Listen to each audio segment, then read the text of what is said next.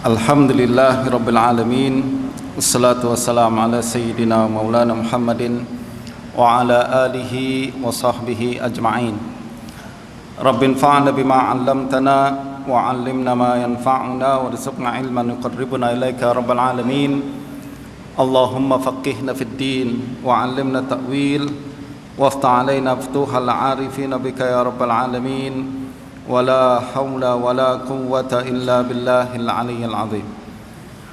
اللهم إنا أمسينا نشهدك ونشهد حملة عرشك وملائكتك وجميع خلقك أنك أنت الله لا إله إلا أنت وحدك لا شريك لك وأن محمدا عبدك ورسولك. Alhamdulillah, segala puji bagi Allah Subhanahu wa taala. Salawat dan salam pada baginda Rasulullah sallallahu alaihi wasallam, juga pada para sahabat dan tabi'in, para ulama al-amilin. Moga Allah Subhanahu wa taala memanjangkan usia kita di dalam iman dan Islam, menerima semua amalan ibadah kita dan memberikan kita kekuatan istiqamah untuk terus melaksanakan segala kewajiban kita sebagai seorang muslim dan menjauhkan semua larangan-larangan Allah Subhanahu wa taala. Para jemaah sekalian yang dirahmati oleh Allah Subhanahu wa taala, alhamdulillah berjumpa semula kita dalam sesi kuliah bulanan di masjid yang mulia ini, dan sebagaimana biasa kita akan kembali membincangkan salah satu nama daripada nama-nama Allah Subhanahu wa taala yang terkandung di dalam Al-Asma'ul Husna. Al-Asma'ul Husna, nama-nama yang indah dan mulia milik Allah Subhanahu wa taala. Suka saya ingatkan semula bahawa tujuan utama kita berbincang tentang Allah Subhanahu wa taala tidak lain dan tidak bukan adalah agar kita semakin kenal dengan Tuhan yang menciptakan kita, semakin kenal dengan Tuhan yang kita sembah di dalam salat kita, dan semakin memahami apa yang berlaku di atas muka bumi ini. Hal itu adalah karena semua yang berlaku di atas muka bumi ini, sama ada yang besar ataupun yang kecil, semua adalah kehendak Allah Subhanahu wa taala, dan juga semuanya telah ditentukan oleh Allah Subhanahu wa taala. Nah, salah satu nama yang akan kita bincangkan pada malam hari ini adalah nama Allah Ar-Razzaq. Ar-Razzaq, secara bahasa Ar-Razzaq maknanya adalah Allah yang maha memberikan rezeki, Allah yang selalu menyediakan rezeki kepada hamba-hambanya untuk memastikan kehidupan mereka terus berlangsung. Itu namanya Ar-Razzaq.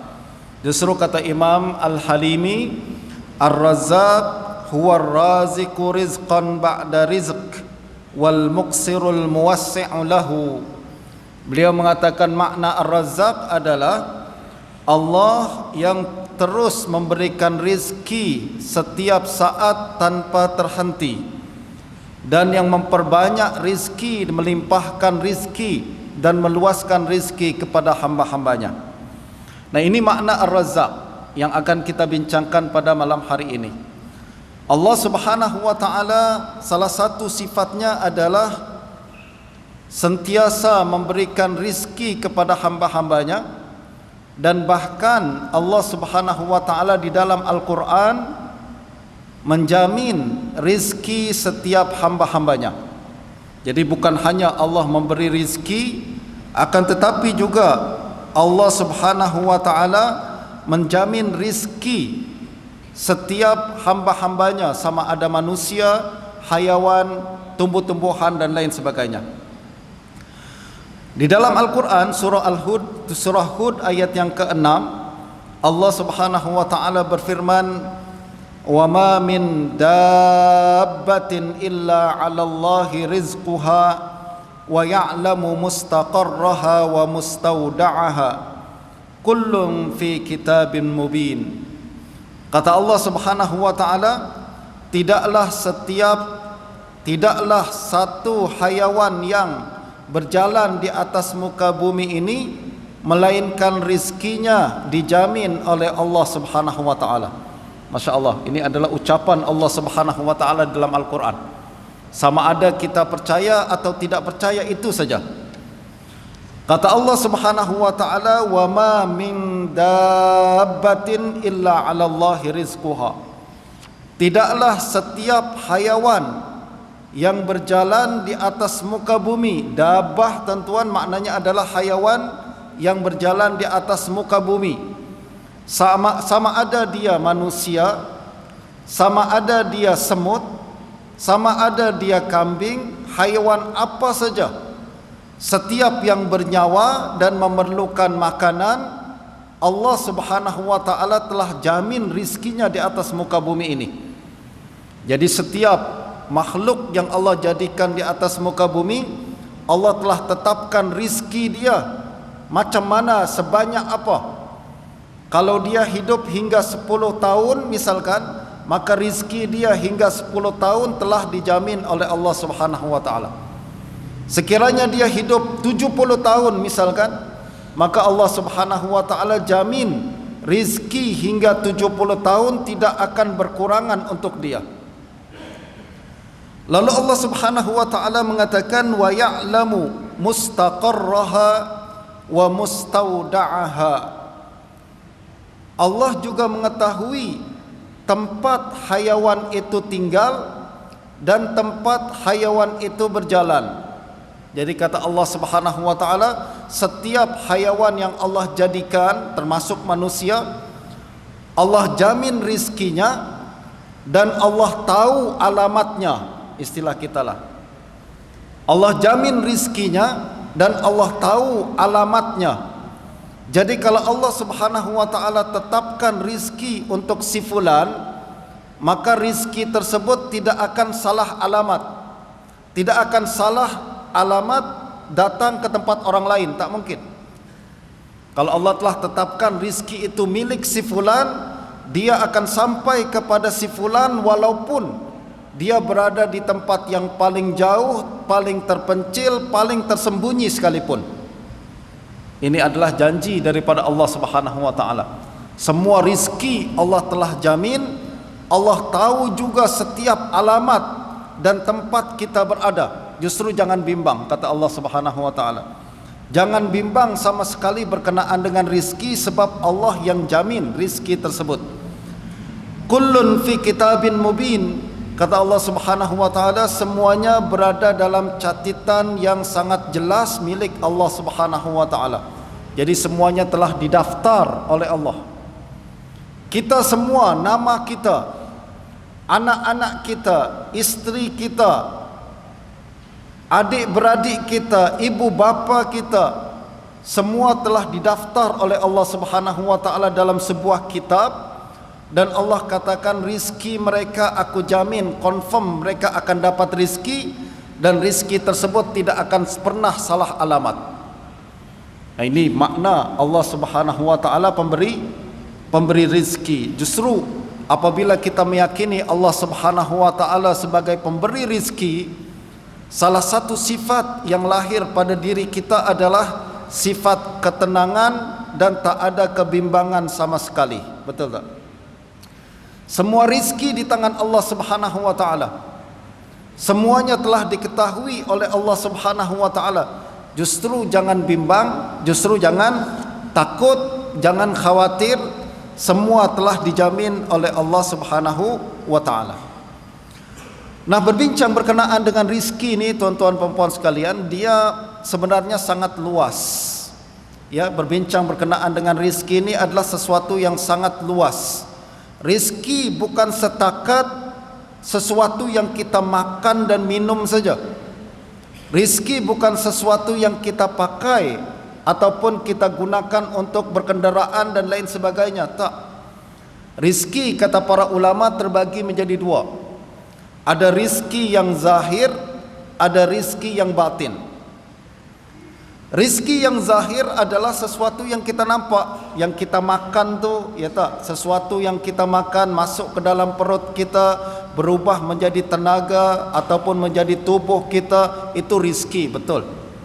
Sesuatu yang kita pakai, baju, jam tangan, kasut misalkan, dan lain sebagainya, rizki juga, betul, itu rizki. Yang kita pakai dan kita kendarai, kita guna sebagai kenderaan kita. Ada yang pakai kancil, ada yang pakai Beza misalkan, ada yang pakai Mercedes dan kereta-kereta yang lain. Itu rizki, betul, itu rizki daripada Allah Subhanahu wa taala. Belum lagi rumah, belum lagi pasangan, belum lagi anak cucu, itu semua rizki daripada Allah Subhanahu wa taala. Akan tetapi itu bukan semua rizki. Ini hanya satu bagian daripada rizki saja. Itu disebut sebagai rizki-rizki yang zahir, rizki yang kita boleh nampak, kita boleh lihat. Akan tetapi ada lagi satu bentuk rizki yang lain, tuan-tuan, yang disebut sebagai rizki yang batin. Rizki yang batin itu macam mana? Yang paling utama adalah iman. Wah, ini adalah satu bentuk rizki yang sangat besar daripada Allah Subhanahu wa taala. Ada orang di dunia ni Allah bagi dia kenderaan yang sangat mewah, rumah yang sangat mewah, akan tetapi Allah tak bagi rizki yang lebih besar daripada itu, yaitu iman. Justru para ulama mengatakan rizki, kalau kita bandingkan antara rizki yang zahir dengan rizki yang batin, mana yang lebih mulia, mana yang lebih penting? Para ulama katakan lebih penting adalah rizki yang batin. Sebab sebesar apapun rizki yang zahir yang Allah bagi kepada kita, satu hari kita akan tinggalkan dia, satu hari kita akan berpisah dengan dia. Dia tidak akan selalu bersama kita, betul tak? Kita sayang sangat dengan kereta kita, satu hari kita akan berpisah dengan kereta kita. Apabila nyawa kita telah ditetapkan perlu keluar daripada muka bumi ini, maka semua rizki-rizki yang zahir kita tinggalkan sama sekali. Pada masa yang sama, rizki-rizki yang batin itu akan terus berkekalan dengan kita. Dia akan menentukan kehidupan kita di masa yang akan datang. Dia yang akan menentukan darjat kita nanti di akhirat, sama ada kita akan masuk ke dalam syurga ataupun kita akan masuk ke dalam neraka. Nah, rizki batin ini yang sungguh lebih mulia dan lebih penting sebenarnya. Nah, rizki yang batin apa lagi? Pertama tadi iman. Allah bagi iman ke dalam hati seseorang, itu adalah rizki yang sangat besar. Walau dia tak punya apa-apa, tuan-tuan, nampak tak punya apa-apa rizki yang zahir, tapi ada rizki batin, iman di dalam hatinya, dia akan menjadi orang yang paling kaya dan paling bahagia di atas muka bumi ini. Contoh rizki yang batin yang lain apa dia? Ilmu, betul tak? Allah bagi kita kemahiran untuk membaca Al-Quran dan kemahiran untuk memahami Al-Quran. Dia adalah rizki yang sangat besar. Justru dalam hadis Nabi sallallahu alaihi wasallam dikatakan, siapa yang Allah bagi dia kefahaman Al-Quran, lalu dia merasa ada orang lain yang lebih bertuah daripada dirinya, maka dia telah meremehkan rizki yang Allah bagi kepadanya. Jadi dia telah meremehkan sesuatu yang Allah besarkan, kata para ulama. Jadi kalau kita, Allah bagi kemahiran baca Al-Quran, lalu kita dibagi kemahiran untuk memahami Al-Quran, sepatutnya kita merasa orang yang paling bahagia. Sepatutnya kita merasa orang yang paling beruntung di atas muka bumi ini. Justru kalau kita merasa macam ada orang lain yang lebih bertuah daripada kita karena dia memiliki kereta yang lebih mahal daripada kita, maknanya kita telah meremehkan Al-Quran nih. Allah dah bagi sesuatu yang sangat besar, akan tapi kita rasa macam kecil saja. Kita nampak sesuatu yang Allah kecilkan, yaitu dunia ni sebesar apapun, semewah apapun, di mata Allah Subhanahu wa taala sangat remeh, sangat kecil, tak bernilai di sisi Allah Subhanahu wa taala. Sebaliknya Al-Quran sangat tinggi di sisi Allah Subhanahu wa taala. Justru apabila Allah bagi kita Al-Quran, Allah bagi kita ilmu berkenaan dengan Al-Quran, lalu kita merasa macam tak punya apa-apa, pada masa yang sama kita malah kagum dengan orang lain yang tak punya Al-Quran, tapi punya kereta lebih mahal daripada kita, maknanya kita telah meremehkan benda yang besar di sisi Allah dan membesarkan benda yang remeh di sisi Allah. Nah, ini penting tuan-tuan ya. Nah, termasuk rizki yang batin juga adalah ibadah.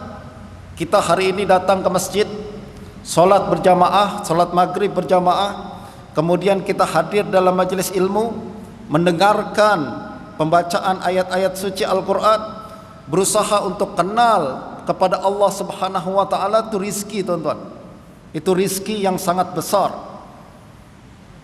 Ramai orang di sana tak dapat rizki ini, kita yang dapat. Betul tak? Kita dapat, Allah bagi rizki yang Allah tak bagi kepada orang-orang lain di luar sana. Apa dia? Solat berjamaah. Sekarang memang tak nampak kesan dia, akan tapi nanti di akhirat kita akan nampak kesan dia sangat besar. Ini pahala yang Allah bagi kepada solat jamaah yang engkau lakukan di masjid pada hari ini, pada hari itu dan lain sebagainya. Ini juga pahala yang Allah bagi kepada engkau apabila mendengar kuliah dengan baik, berusaha untuk memahami ayat-ayat suci Al-Quran, berusaha untuk memahami hadis-hadis Nabi. Ini pahalanya. Sekarang tak nampak memanglah, akan tapi nanti di akhirat Allah akan zahirkan rizki tersebut, baru kita akan merasa sebagai orang yang sangat bersyukur Allah bagi rizki tersebut.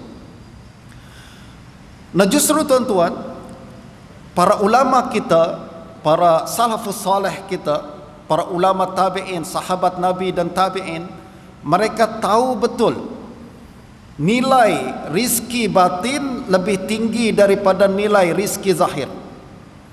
Itu sebabnya setiap kali mereka melihat benda-benda yang mewah di luar sana, mereka akan pergi kembali untuk mengingat semula apa rizki-rizki yang Allah bagi dalam bentuk batin kepada mereka.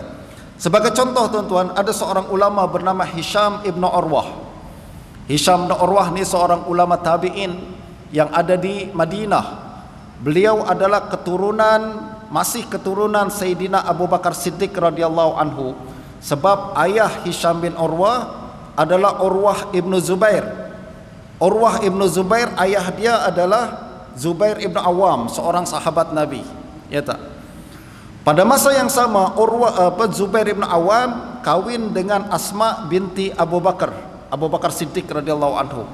Jadi dari ayah dia adalah seorang sahabat Nabi, ibu dia seorang sahabat Nabi juga, Asma, dan Asma juga adalah anak Sayyidina Abu Bakar Siddiq. Ini orang besar tentunya, orang yang sangat hebat. Beliau mengatakan, Urwah ibnu Zubair mengatakan, idza ra'a ahadukum syai'an min zinatid dunya wa zahratiha falyati ahlahu wal ya'mur ahlahu bis salati wal yastabir 'alaiha.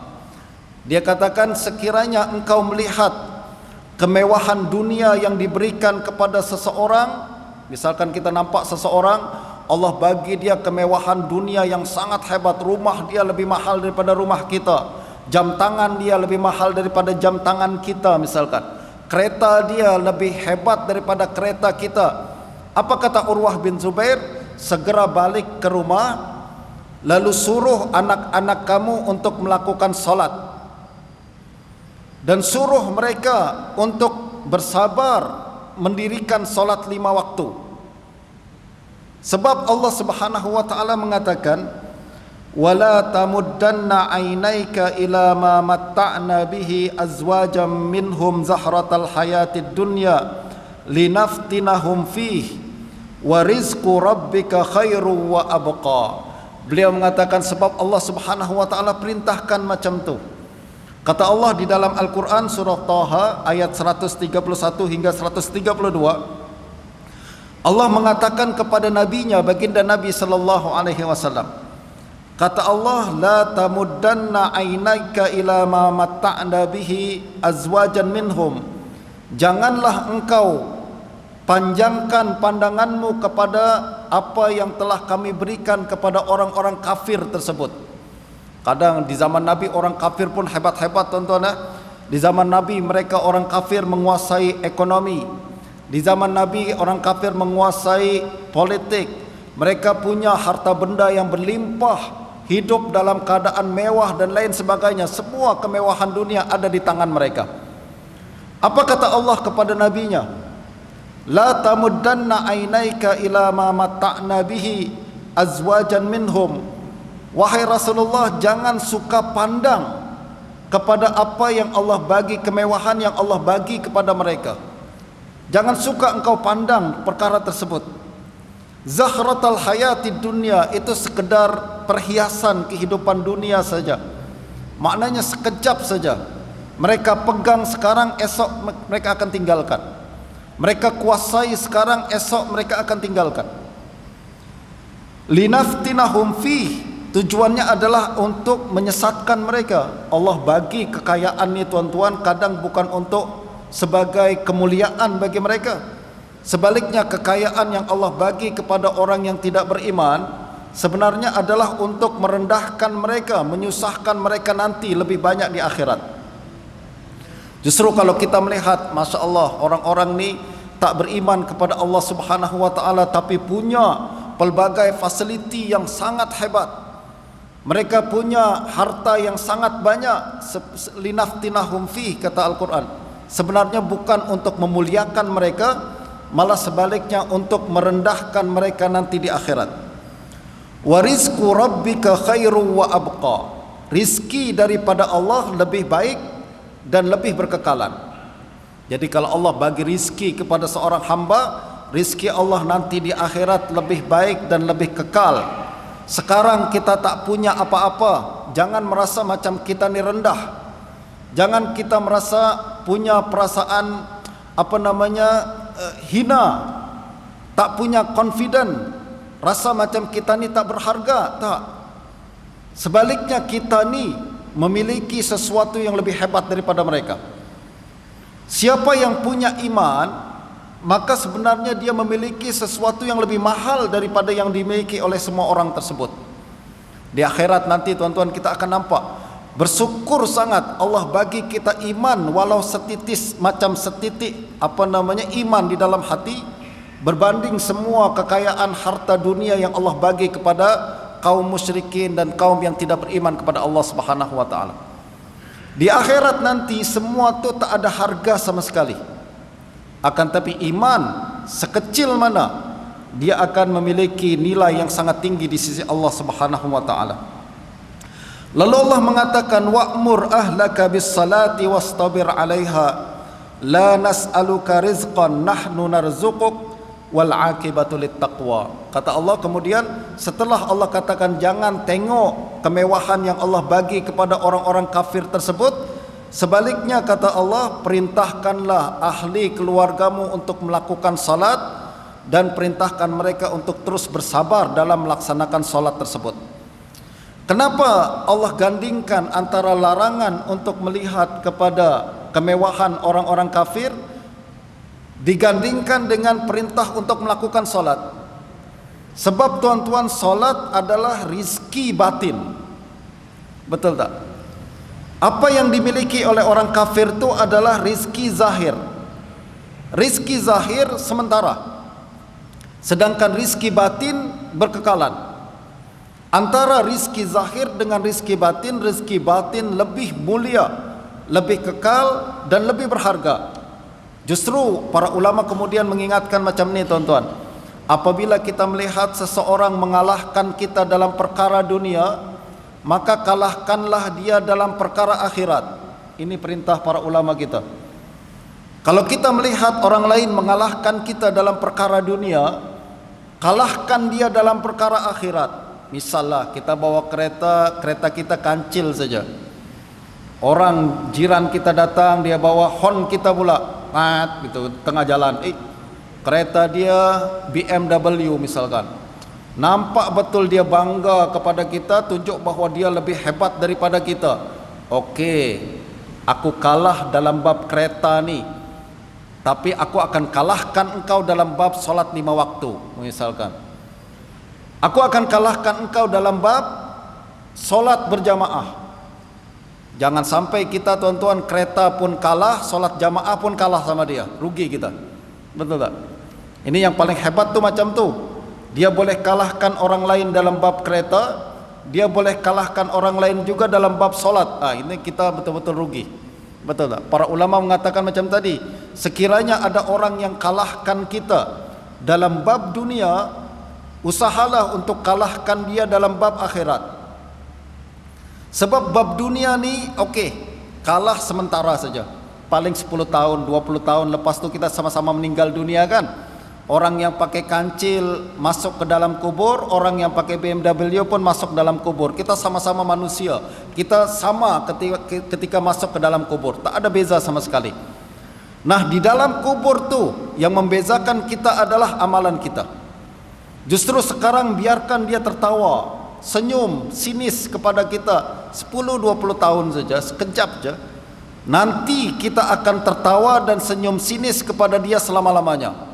Kenapa? Kita dah siapkan diri kita, tempat kita yang lebih hebat, dan rizki kita, rizki batin kita lebih banyak daripada yang dimiliki oleh orang tersebut nanti di akhirat. Nah, ini dia berkenaan dengan rizki. Apabila konsep kita betul berkenaan dengan rizki, kita tidak akan merasa macam orang yang paling rendah apabila Allah tak bagi kita kelebihan-kelebihan dunia, selagi mana Allah bagi kita kelebihan-kelebihan akhirat. Kita yang hadir pada hari ini perlu bersyukur. Alhamdulillah Allah bagi kita rizki yang banyak pada hari itu. Apa dia? Salat berjamaah. Yang kedua, baca Al-Quran. Yang ketiga, iktikaf di dalam masjid. Yang keempat, mendengar kuliah agama. Yang kelima, Allah bagi kefahaman dan lain sebagainya. Itu rizki-rizki yang sangat besar yang Allah bagi kepada kita pada hari ini dan tidak diberikan kepada orang lain. Kita mengalahkan mereka. Ramai orang-orang di luar sana kita kalahkan. Karena kenapa? Dalam rizki-rizki batin yang telah Allah bagi pada kita pada hari ini. Nah, justru tuan-tuan, ini yang dimaksud dengan rizki. Rizki Allah Subhanahu wa taala adalah sesuatu yang bermanfaat untuk kita, sama ada di dunia ataupun sama ada di akhirat. Apabila kita bandingkan antara rizki dunia dengan rizki akhirat, maka rizki akhirat jauh lebih mulia berbanding rizki yang Allah berikan di dunia. Di dalam Islam juga tuan-tuan, Allah Subhanahu wa taala mengingatkan kita Allah Subhanahu wa taala mengingatkan kita bahawa rizki selalu diberikan kepada orang yang bertakwa. Semakin orang bertakwa kepada Allah Subhanahu wa taala, semakin rizkinya Allah murahkan. Semakin seseorang tu tidak bertakwa kepada Allah Subhanahu wa taala, maka rizki dia disusahkan. Dalam sebuah ayat Al-Quran di surah Talaq ayat 2 dan 3, Allah Subhanahu wa taala mengatakan, wa may yattaqillaha yaj'al lahu makhraja wa yarzuqhu min haitsu la yahtasib. Siapa yang bertakwa kepada Allah Subhanahu wa taala, maka Allah akan selalu memberi dia jalan keluar bagi setiap masalah yang dia hadapi. Dan Allah juga akan memberikan rizki dia daripada jalan yang tidak disangka-sangka. Ini janji Allah Subhanahu wa taala. Siapa yang bertakwa, setiap masalah yang dia hadapi mesti ada jalan keluarnya. Dan siapa yang bertakwa, maka rizki dia Allah jamin dan akan datang kepada dia daripada arah yang tidak disangka-sangka. Kadang ni dalam kehidupan kita tuan-tuan, berapa banyak berlaku kita dah plan buat rancangan-rancangan yang kita nampak macam ni rancangan yang sangat cantik lah. Kalau berjaya ni nampak okey, tapi berapa banyak rancangan kita yang tak menjadi. Kebanyakan rizki seorang mukmin tuan-tuan adalah dari jalan yang tidak disangka-sangka. Yakni apabila semua pintu telah tertutup, apabila semua kemungkinan telah tertutup, pada saat itu datang kemungkinan datang pintu daripada Allah Subhanahu wa taala. Ini yang kita harapkan berlaku pada rakan-rakan kita di Gaza pada hari ini, betul tak tuan-tuan? Kalau kita perhatikan dan kita amati apa yang berlaku di Gaza pada hari ini, begitu banyak cobaan yang Allah timpakan kepada mereka. Pada masa yang sama mereka hidup dalam kesukaran, tanpa elektrik, tanpa air, tanpa perkara-perkara yang diperlukan secara asasi oleh manusia, dan kita nampak juga macam sukar sekali nak boleh kalahkan musuh Allah ni, sebab backup dia begitu kuat, tentera yang begitu ramai, belum lagi persenjataan yang begitu hebat. Dengan akal manusia kita boleh nampak macam susah nak kalahkan dia ni, susah nak bela kawan-kawan dan saudara-saudara kita yang ada di Gaza pada hari ini. Akan tetapi sebenarnya dalam akidah Islam kita, semakin sempit keadaan seorang mukmin, semakin dekat bantuan Allah kepada mereka. Ini adalah keyakinan kita selalu. Para ulama membuat satu kaedah, idza dhaqal amru ittasa'. Apabila keadaan sudah semakin sukar, keadaan semakin sulit, keadaan semakin sempit, pada saat itu sebenarnya bantuan daripada Allah Subhanahu wa taala semakin dekat. Justru seorang mukmin tak pernah putus asa walau keadaan yang bagaimanapun, dalam keadaan sukar dan susah sebagaimanapun. Semakin susah keadaan, semakin kita nampak peluang untuk keluar keluar daripada masalah itu semua tertutup, semakin besar harapan kita Allah akan bantu kita. Nah, ini yang berlaku tuan-tuan, mudah-mudahan berlaku pada saudara-saudara kita di Gaza, dan berlaku juga pada saudara-saudara kita di tempat-tempat yang lain yang tengah menghadapi kesukaran dan kesusahan. Dengan akal kita nampak macam susah, akan tapi semakin susah keadaan, semakin rapat, semakin dekat bantuan daripada Allah Subhanahu wa taala dari jalan yang tidak disangka-sangka. Manusia ingat macam keadaan ini sudah tak mungkin boleh dikeluarkan atau tak mungkin boleh dibantu, akan tapi dengan kuasa Allah Subhanahu wa taala, perkara yang tak mungkin itu dan tidak disangka-sangka itu akan datang bantuan Allah Subhanahu wa taala. Nah, justru rizki seorang mukmin adalah selalu tidak disangka-sangka. Selalu tidak disangka-sangka. Rizki orang yang bertakwa adalah dari arah yang tak pernah mereka rancang, dari arah yang tidak pernah mereka sangka. Datang begitu saja, datang tanpa kita sedari, tiba-tiba datang daripada Allah Subhanahu wa taala. Justru keadaan kita sesukar apapun, jangan pernah merasa putus asa, dan sebaliknya kita selalu berharap kepada Allah Subhanahu wa taala. Nah, para ulama mengingatkan, apabila kita susah dan apabila kita berada dalam kesukaran, jangan pernah kita melanggar hukum Allah Subhanahu wa taala. Jangan kita ingat macam sekarang saya susah sangat, yang dulu haram jadi halal bagi kita. Jangan pikir macam tu. Tetap kita merasa takut kepada Allah Subhanahu wa taala untuk melakukan perkara-perkara maksiat. Ada seorang sahabat Nabi tuan-tuan bernama Ubay ibn Ka'ab. Beliau mengatakan, ma min abdin taraka syai'an lillahi azza wa jal illa abdalahu Allahu bihi ma huwa khairun minhu min haitsu la yahtasib. Apabila seorang hamba meninggalkan perkara haram karena Allah Subhanahu wa taala, misal dia ada peluang nih untuk melakukan perkara haram, ambil harta yang haram misalkan, dia ada peluang. Kadang kita buat macam tu kan tuan-tuan. Kenapa orang melakukan perkara-perkara yang haram adalah karena dia tidak yakin Allah menjamin rizki dia. Dia ingat kalau saya tak ambil ni, saya tak akan dapat rizki tersebut. Nah, justru kata para ulama kita, Ubay bin Ka'ab mengatakan, siapa yang meninggalkan perkara haram karena Allah, Allah akan ganti dengan perkara yang lebih baik dari arah yang dia tidak sangka-sangka. Ini kaedah penting, disebutkan oleh seorang sahabat Nabi, tuan-tuan. Dia katakan, siapa yang meninggalkan sesuatu karena Allah, Allah akan ganti dengan sesuatu yang lebih baik dari arah yang tidak disangka-sangka. Justru kalau kita nampak perkara haram ni, jangan ambil, tinggal karena Allah Subhanahu wa taala. Yakinlah Allah akan bagi rizki sebesar itu juga dari arah lain yang halal, dari arah yang tidak disangka-sangka.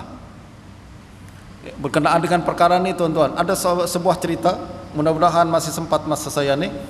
Ada sebuah cerita di Syria, di Damsyik pada zaman dahulu. Bukan zaman dahulu, berapa 20 atau 30 tahun yang lepas lah. Ada seorang laki-laki bernama Sulaim As-Suyuti. Dia datang dari Mesir untuk belajar ke Syria, ke Damsyik. Dia lalu orang biasa tuan-tuan, pelajar agama biasa, dia tak ada keluarga di Syria, di Damsyik. Akhirnya dia tinggal di sebuah masjid, nama dia Masjid At-Taubah. Masih ada sekarang, masih Masjid Taubah ni. Dia tinggal dalam satu bilik di masjid, misalkan di luar sana ada satu bilik kecil saja tempat dia tinggal di situ, sebab dia tak punya tempat yang lain, nak sewa rumah pun tak mampu. Nah, karena dia susah tuan-tuan, rizki dia kadang hari itu dia makan, kadang hari yang lain dia tak makan. Kadang dia boleh makan satu hari 3 kali, kadang hanya dapat 1 kali sahaja. Tapi dia terus mengaji di masjid tu bersama seorang syekh ni. Ada seorang guru di Syria yang dia terus ikuti pengajian-pengajiannya. Satu hari tuan-tuan, dia rasa sangat lapar. Dah 2 hari, 3 hari dia tak jumpa makanan. Jadi dia tak jumpa makanan. Dia jadi sangat lapar, tapi dia sabar. Sampailah satu ketika dia sampai kepada satu darjat merasa macam, saya dah tak boleh tahan ni lapar ni. Nak minta sama orang pun malu, ya kan? Nak minta sama orang pun malu. Akhirnya dia kata apa? Saya sudah sampai kepada darjat keadaan darurat. Untuk orang yang macam saya ni, kata dia, sudah berapa hari tak makan ni, yang bangkai pun dah halal dah. Nah, kawan, kan kita makan bangkai haram kan? Ya, tapi kalau sudah terpaksa tak makan mati halal kan? Dia cakap, pada saat ni saya rasa bangkai pun sudah halal untuk saya. Sama ada saya nak cari bangkai atau saya nak mencuri. Mencuri atau cari makan bangkai ni cakap. Dia fikir saya coba untuk mencuri dululah. Nah, dia rasa macam tu lah tuan-tuan. Dia rasa macam dah terpaksa sangat, kalau tak makan dah matilah saya hari ini. Lalu dia pun naik ke atap masjid. Pada zaman dahulu rumah-rumah di Syria ni semua atap-atap dia bersambung. Atap-atap dia bersambung. Jadi dia naik ke atap masjid, lalu kemudian lompat ke atap rumah. Dia berjalan di atas rumah ni, di atap rumah ni, tengok-tengok mana rumah-rumah tertentu yang mungkin tingkap dia terbuka, dia nak masuk. Pada satu ketika apabila dia berjalan di atas atap ni, dia nampak ada satu rumah yang tingkap dia terbuka tuan-tuan.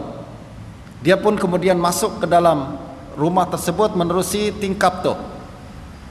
Dia terus pergi ke arah dapur sebab dia lapar kan. Dia bukan nak mencuri duit, dia nak ambil makan saja, nak selamatkan diri. Dia masuk ke dapur, dia nampak ada satu satu tungku kuali, ada satu kuali. Api dia api kecil. Kebetulan di rumah tu dia tak nampak sesiapa. Cuma ada kuali dengan api kecil saja, ditutup sesuatu makanan, ada makanan di dalam, ditutup dengan penutup dia. Keluar bau sedap di situ. Dia pun buka penutup makanan ni, dia nampak di situ ada terung, kalau orang Syria sebut dia bazinjan mahshi. Bazinjan ni tuan-tuan adalah terung yang dalam dia mengandungi daging. Tengah cerita pula ada azan ni tuan-tuan ya. Nak dengar azan dulu kah atau macam mana? Azan dulu ya. Okey.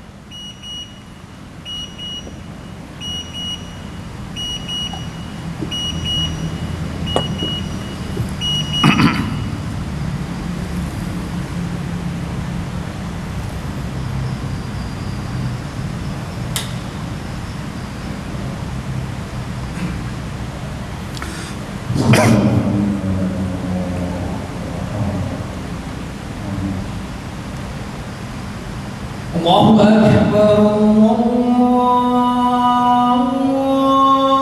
Akbar, Allahu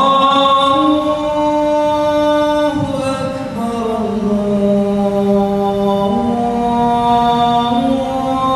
Allahu Akbar. Asyhadu an la ilaha illallah.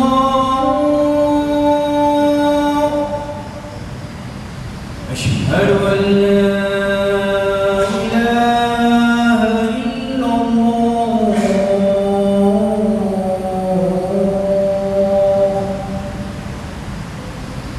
أشهد أن محمدا رسول الله أشهد أن محمدا رسول الله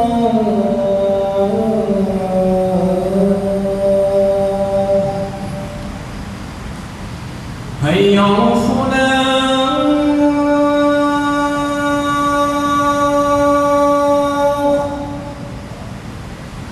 هيا على الصلاة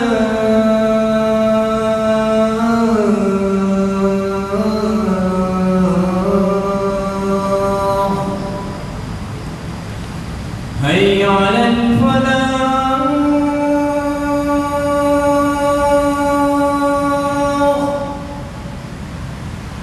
هيا على الفلاح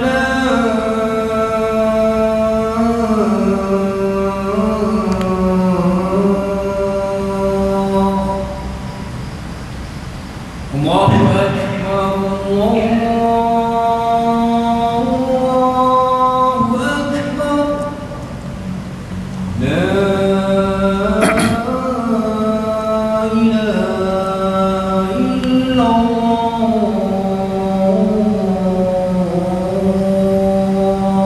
La ilaha illallah, sedang salatul qiyamah.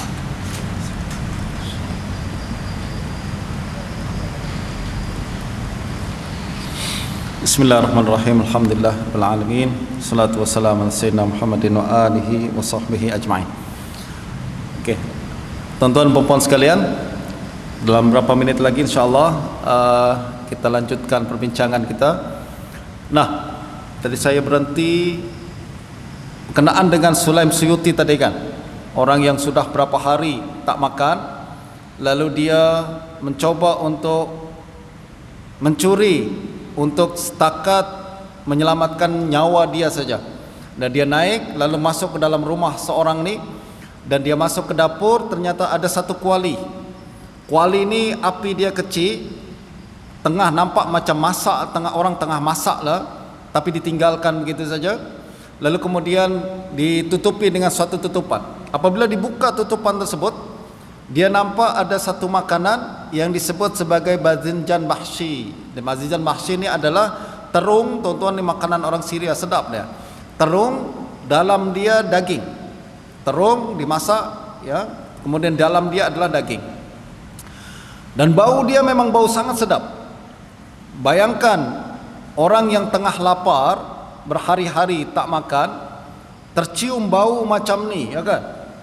Dia terus saja, dia buka penutup tu, dia ambil satu satu terung, lalu dia gigit, tuan-tuan, dan nak makan aja, gigit. Akan tetapi apabila dia tengah gigit, tiba-tiba iman dia balik semula.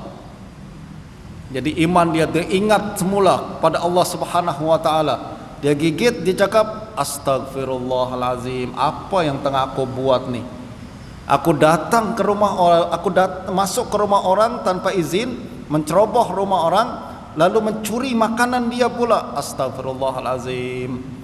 Dia pun teringat kepada Allah Subhanahu wa taala, dia letakkan semula, tuan-tuan, terung yang sudah dia gigit tu, diletakkan semula ke dalam kuali tersebut, dia tutup kuali itu semula. Dia keluar lagi dari tingkap, naik lagi ke atap, kembali lagi ke atap masjid, lalu masuk ke masjid semula. Dia rasa macam sangat malu.